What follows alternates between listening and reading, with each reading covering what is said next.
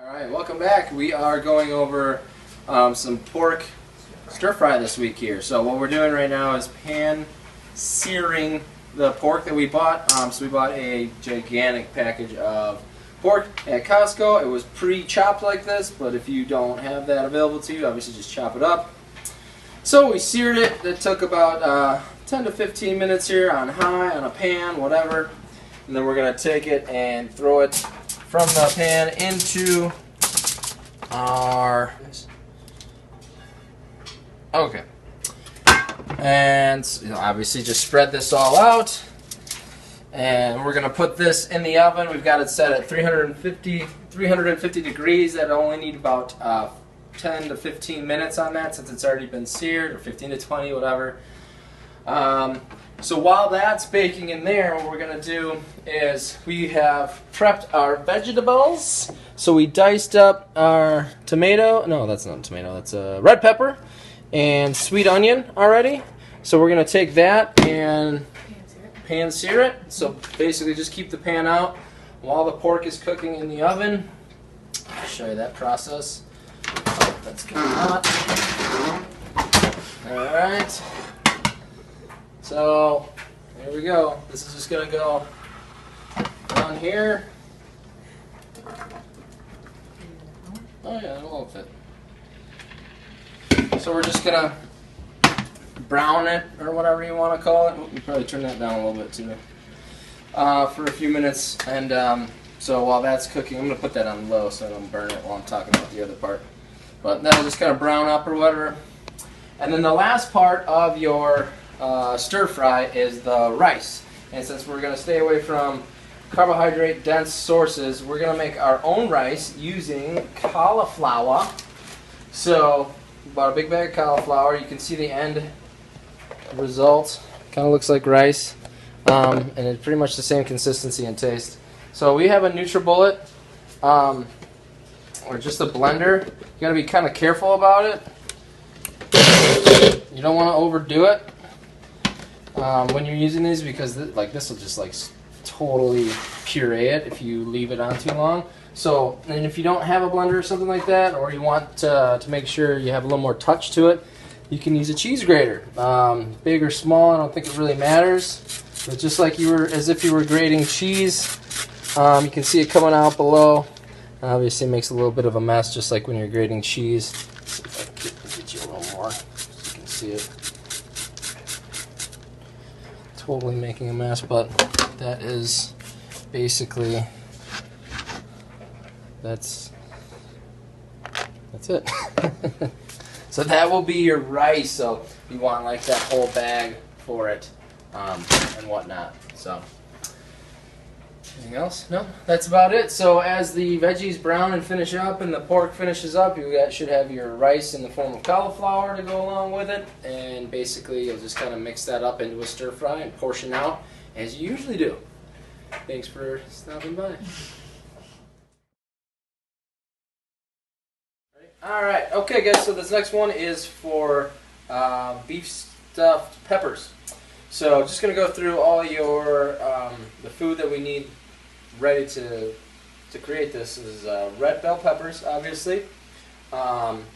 We've got the beef browning over here on the stovetop, along with onion, some cherry tomatoes that we diced up, as well as some extra of the red bell pepper kind of browning over here right now.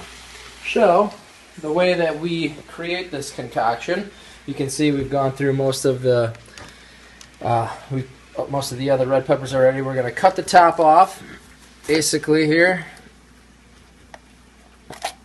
There we go. And just kind of carve out the insides, whatever. We can do that later while you're not waiting. And so what we actually do is we take the top and we punch the little stem out. Oh, that was perfect. And then we use that and dice it up. Okay, and then some of it falls on the floor. And then we add that to this concoction over here that we are boiling right now. Okay? So this is what the cherry tomatoes look like. I just had that out for you to look. So what we'll do is, after we have browned everything, let's see. Alright, welcome back. Here's how to prepare your beef stuffed peppers. So you got your sweet, huge bag of Monterey Jack, Colby Jack, whatever cheese. Take a little pinch and put it in the bottom of each one. I'm actually going freestyle right now. Alright, so I'm just going to show you those two. Then what you're going to do is take your vegetable mix, the onions and the tomatoes and everything, and put it in the beef. Totally forgot to mention this. We already drained the beef, as you can probably tell, ahead of time, just using a colander. So you want to make sure you drain the beef of all the fat, and then using the veggie mix, whatever, that's going to retain some liquid, but that's okay. Mix it together, and then we're going to, oh, that sounded terrible. We're going to go ahead and mix. So we're going to pause. Alright, so we've mixed everything together. Got our cheese, our little dollop of cheese in the bottom of each pepper. So we'll take a scoopful of said mix and drop it on in there. And I'm going to pack it down a little bit. I'm going to just top it off a smidge here. Pretty much just want to fill it up until it's about even with the top of the pepper and kind of pack it in a bit.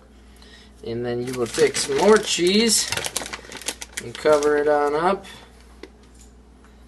A little bit more. Right?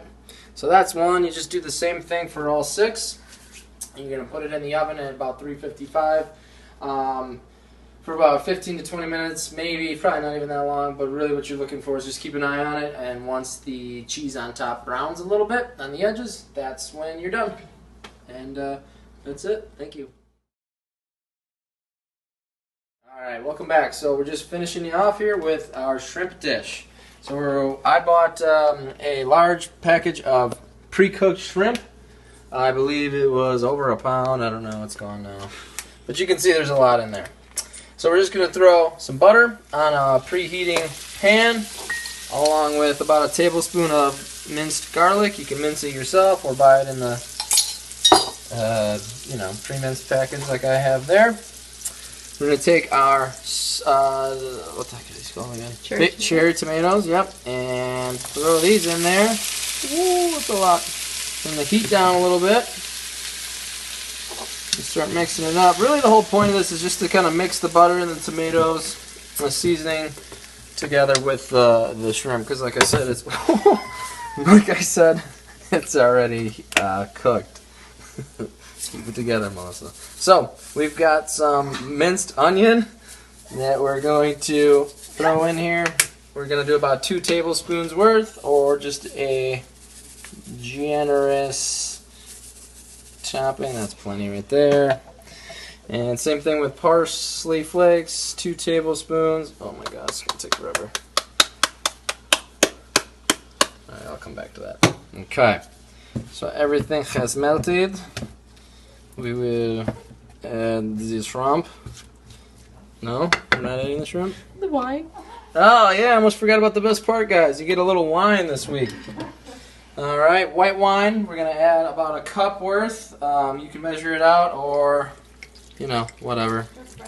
Do it the French tool. Take a little pull. There you go. There's your 1 sip of wine this week as you add it in. You're welcome. Alright, so that's going to simmer for a bit. Turn the heat down too far? What happened? Yeah, there it goes. Alright. So we're going to let it simmer, and then I'm going to add the shrimp.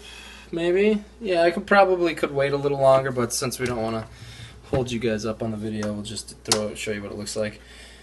Oops. Alright, so get it all in there. We're going to mix it together. Basically just let it simmer for maybe 5 to 10 minutes. Just let everything kind of soak up the juices and everything, and just mix together. So I'm going to be mixing this for a little while here, guys. But basically, that's it. That's your shrimp dish for the week. Thanks, guys.